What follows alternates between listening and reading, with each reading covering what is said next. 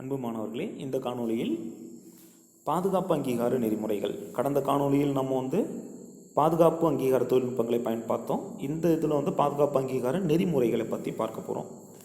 பாதுகாப்பு அடையாளம் என்பது பயனர்களுடைய அடையாளம் கண்டு அங்கீகாரம் பயன்படும் ஒரு வன்பொருள் கூறு. இது நம்ம அதாவது பாதுகாப்பு ஒருத்தரை நம்ம பாதுகாப்பு அடையாளம் அப்படின்னு நம்ம பயன்படுத்துகிறோம் அப்படின்னா அது அவங்க ஒரு வன்பொருளை பயன்படுத்தி அவங்களே அடையாளம் படுத்திக்கிறாங்க. பாதுகாப்பானவர்கள் என்பதை அடையாளம் படுத்திக்கிறாங்க. இதுக்கு வழங்கப்படுகின்ற ஒரு அடையாளம் தான் பாதுகாப்பு அடையாளம் என்று குறிக்கிறார்கள். இது இந்த பகுதியில் நீல நிற பெட்டியில் கொடுத்துருக்காங்க, அதை பார்த்துக்கோங்க. இது கேள்வி கேட்கலாம், அதுக்காக குறிப்பிடுறேன். அடுத்தது பாதுகாப்பு அங்கீகார நெறிமுறையை பற்றி பார்ப்போம். தற்போது மின் வணிகத்தில் பாதுகாப்பான மின்னணு பரிவர்த்தனை மற்றும் பாதுகாப்பான சாக்கெட் அடுக்கு ஆகிய இரண்டு வகையான பாதுகாப்பு அங்கீகார நெறிமுறைகள் பரவலாக பயன்படுத்தப்படுகின்றன. இதில் பாதுகாப்பான மின்னணு பரிவர்த்தனை பற்றி முதல்ல பார்க்கலாம். Secure electronic transaction, SET set என்று சுருக்கமாக குறிப்பிடுவார்கள். இது குறிப்பாக இணையம் வழியாக கடன் அட்டை மூலம் மின்னணு பணம் செலுத்துவதற்கான பாதுகாப்பு ஆகும். இப்போ நம்ம மின்னணு முறையில் நம்ம அட்டையை பயன்படுத்தி பணம் செலுத்துகிறோன்னா அப்போ அதுக்கு SET என்கிற தொழில்நுட்பத்தை பயன்படுத்துவார்கள். இது GTE, IBM, மைக்ரோசாஃப்ட் மற்றும் நெட்ஸ்கேப் இந்த 4 நிறுவனங்களும் 1966இல் விசா மற்றும் மாஸ்டர் கார்டு நிறுவனங்களால் உருவாக்கப்பட்டது தான் இந்த SET.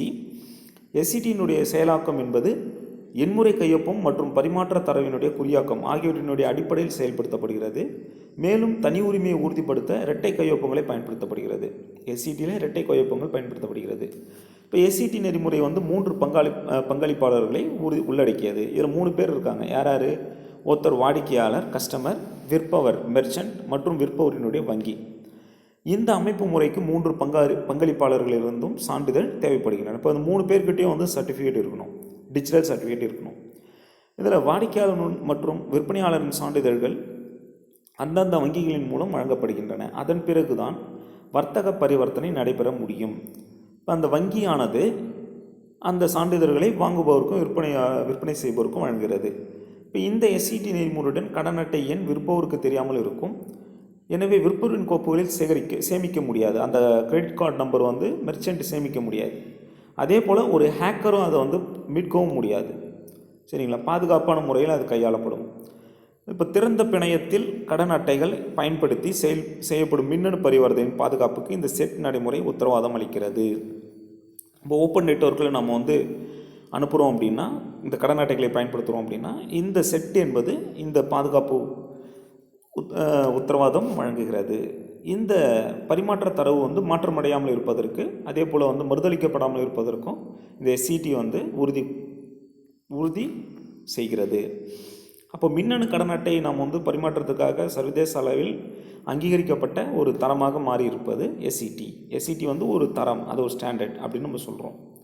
இதனுடைய முக்கியமான அம்சங்கள் என்னென்ன அப்படின்னா, ஃபஸ்ட்டு SETயினுடைய முக்கியமான அம்சங்கள் பொது குறியீடு குறியாக்கம் மற்றும் தனிப்பட்ட குறியாக்கம் பயன்படுத்தி தரவின் ரகசியத்தன்மையை உறுதி செய்கிறது. பார்த்திங்கன்னா 2 முறைகளையும் பயன்படுத்துது. பொது குறியீடு பப்ளிக்கையும் பயன்படுத்துது, அதாவது சமச்சீரற்ற அப்படின்னு சமச்சீரற்றதையும் பயன்படுத்துது, சமச்சீர் குறியாக்கத்தையும் பயன்படுத்துது. அடுத்தது தகவல்களின் உண்மைத்தன்மையை உறுதிப்படுத்த தகவல் தொகுப்பு தொழில்நுட்பத்தை பயன்படுத்துகிறது. அதே போல் பரிவர்த்தனையில் இரு தரப்பினரின் அடையாளத்தை உறுதிப்படுத்துவதற்கு இரட்டை கையொப்பம் தொழில்நுட்பம் பயன்படுத்தப்படுகிறது. ஆக இதெல்லாம் இதனுடைய சிறப்பு அம்சங்கள். அடுத்தது பாதுகாப்பான சாக்கெட் அடுக்குகள், செக்யூர் சாக்கெட் லேயர்ஸ்னு ஆங்கிலத்தில் குறிப்பிடுவார்கள், SSL என்று சுருக்கமாக. இது SSL என்பது இணைய பரிமாற்றங்களை பாதுகாப்பதற்கான ஒரு கலப்பு குறியாக்க நெறிமுறை அப்படின்னு சொல்கிறாங்க. இதை உருவாக்கியவர்கள் master card, bank of America, MCI மற்றும் சிலிக்கான் கிராஃபிக்ஸ் இவங்கெல்லாம் சேர்ந்து நெட்ஸ்கேப் நிறுவனத்துடன் SSL தரநிலையை உருவாக்கியது. இப்போ அது பார்த்திங்கன்னா விசா நிறுவனம், விசா கார்டுக்காக அது உருவாக்கப்பட்டது. இது பார்த்திங்கன்னா மாஸ்டர் கார்டு உருவாக்கப்பட்டது. இது இணையத்தில் தரவு பரிமாற்றத்தை பாதுகாப்பை உறுதிப்படுத்துவதற்காக இந்த பொது குறியீட்டு குறியாக்கியல் தொழில்நுட்பத்தை அடிப்படையாக கொண்டுள்ளது. இதனுடைய நோக்கம் என்பது ஒரு அங்கீகார நடவடிக்கை பிறகு முனையம் மற்றும் சேவையகம் இடையே ஒரு பாதுகாப்பான தகவல் தொடர்பு தடத்தை நிறுவுவது. அதாவது அந்த தடம் இருக்கு இல்லையா, அந்த நெட்வொர்க் பாத்து, அதாவது கிளைண்ட்டுக்கும் சர்வருக்கும் இடையே உள்ள அந்த பாத்து பாதுகாப்பாக இருக்கணும். அதை என்டையர் பாத்தே ப்ரொடெக்டடாக மாற்றுது. இந்த SSL அமைப்பானது கூடுதல் பாதுகாப்பு அடுக்காக செயல்படுகிறது.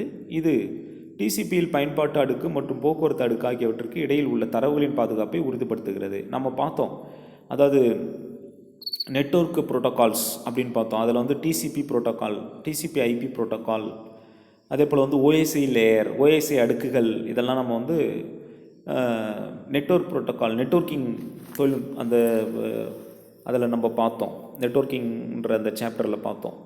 அந்த டிசிபியில் பயன்பாட்டு அடுக்கு, அதே போல் போக்குவரத்து அடுக்கு, டிரான்ஸ்போர்ட் லேயர், அந்த லேயரில் இந்த எஸ்எஸ்எல் வந்து பயன்படுத்தப்படுகிறது. இது வந்து பார்த்திங்கன்னா ஒரு இணைய உலாவியை பயன்படுத்தி எஸ்எஸ்எல் வந்து பாதுகாக்கப்பட்ட ஒரு மின்வணிக தளத்துடன் பயனரை இணைக்க மின்வணிக தளம் எந்த ஒரு கூடுதல் கையாளுதலும் இன்றி குறியாக்கப்பட்ட தரவை அனுப்பும் பாதுகாப்பான சாக்கெட் அடுக்குகள் 2001 பரிமாற்ற அடுக்கு பாதுகாப்பு என்று பெயர் மாற்றம் செய்யப்பட்டுள்ளது. இது வந்து பார்த்திங்கன்னா டிரான்ஸ்போர்ட் லேயர் செக்யூரிட்டி, டிஎல்எஸ் என்று பெயர் மாற்றம் செய்யப்பட்டுள்ளது. ஆனால் பொதுவாக வந்து பார்த்தீங்கன்னா எஸ்எஸ்எல்னா தான் நம்ம எல்லாருக்குமே தெரியும். ஏன்னா அந்த பேரில் தான் அது பாப்புலர் ஆகிருக்கு, ப்ராப்ளம் ஆகிருக்கு. ஸோ இன்றைக்கி சந்தையில் உள்ள அனைத்து உலாவிகளும் இந்த முறையை பயன்படுத்துகிறது, எஸ்எஸ்எல் புரோட்டோக்காலை பயன்படுத்துது. ஏன்னா இது வந்து அந்த கிளைண்ட்டு சர்வருக்குரிய அந்த என்டையர் பாத்தியை வந்து பாதுகாக்குது. எஸ்எஸ்எல் நெறிமுறையை பொதுவாக பாதுகாப்பான தகவல் தொடர்புகள் இந்த நெறிமுறை மூலமே தொடர்கின்றன. இந்த எஸ்எஸ்எல் நெறிமுறையில் வந்து தலையிட வேண்டிய தேவை பயனாளருக்கு அதன் செயலாக்கம் முழுமையாக மறைக்கப்படுகிறது. நாம் இதை வந்து இதனுடைய செயலாக்கம்லாம் என்னன்னு தெரிஞ்சுக்க வேண்டிய அவசியம் கிடையாது. பயனர் செய்ய வேண்டிய ஒரே விஷயம் என்ன அப்படின்னா, ஹெச்டிடிபிக்கு பதில் ஹெச்டிடிபிஎஸ்ஸை பயன்படுத்தணும். ஹெச்டிடிபிஎஸ்ஸை பயன்படுத்தினாலே ஆட்டோமேட்டிக்காக அது எஸ்எஸ்எல்லாக மாறிவிடும். Secured HTTP hyper text transmission protocol secure என்று குறிப்பிடுவார்கள். நம்ம இதை பற்றி ஏற்கனவே டிஸ்கஸ் பண்ணிகிட்டு இருந்தோம். அந்த நெறிமுறையை நாம் பயன்படுத்தினால் மட்டும் போதும். ஹெச்டிடிபி என்பதற்கு பதிலாக ஹெச்டிடிபிஎஸ் என்று பயன்படுத்தினாலே அது ஆட்டோமேட்டிக்காக எஸ்எஸ்எல் தளத்தில் இயங்கும். சரிங்களா?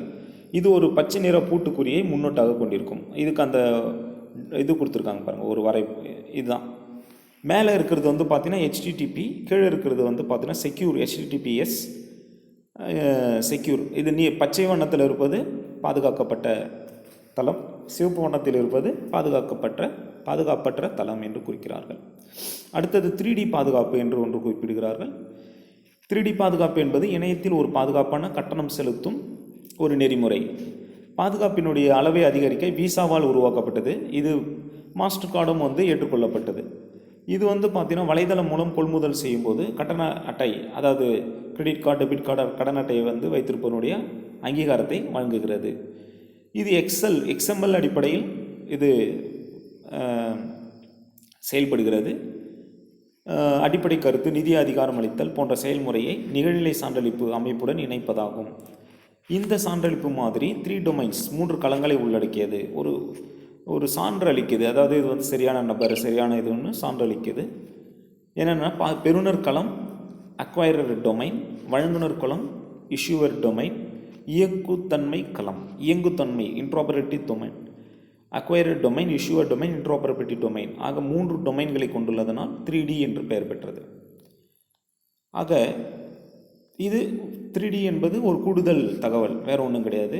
அப்போது பாதுகாப்பு தொழில்நுட்பங்கள், அதாவது இணையத்தில் வந்து நம்ம தகவலை பரிமாறிக்கொள்ளும்போது அந்த தகவல்களை பாதுகாப்பதற்கு 3 வகையான பாதுகாப்பு தொழில்நுட்பங்கள் பயன்படுத்தப்படுகின்றன. ஒன்று குறியாக்க தொழில்நுட்பம், மற்றொன்று வந்து பார்த்திங்க அப்படின்னா அங்கீகார தொழில்நுட்பம், மற்றொன்று அங்கீகார நெறிமுறைகள் ஆகிய 3 பாதுகாப்பு வழிமுறைகளை இங்கு பயன்படுத்தப்படுகிறது. அதாவது தகவல்களை மின் வணிகத்தில் தரவுகளை பாதுகாப்பு அனுப்புவதற்கு இந்த 3 தொழில்நுட்பங்கள் பொதுவாக பயன்பாட்டில் இருக்கின்றன. எனவே நாம் மின் வணிகத்தில் நாம் அனுப்புகின்ற அந்த தகவலானது இரகசியத்தன்மை பாதுகாக்கப்படுகிறது. புரிகிறதா? இத்துடன் இந்த பாடம் நிறைவடைகிறது. பாடம் 17 நிறைவடைகிறது. இதனுடைய வினாக்கள், இந்த பாடத்தினுடைய வினாக்கள் பற்றி நாம் அடுத்த வகுப்பில் விரிவாக பார்க்கலாம். நன்றி.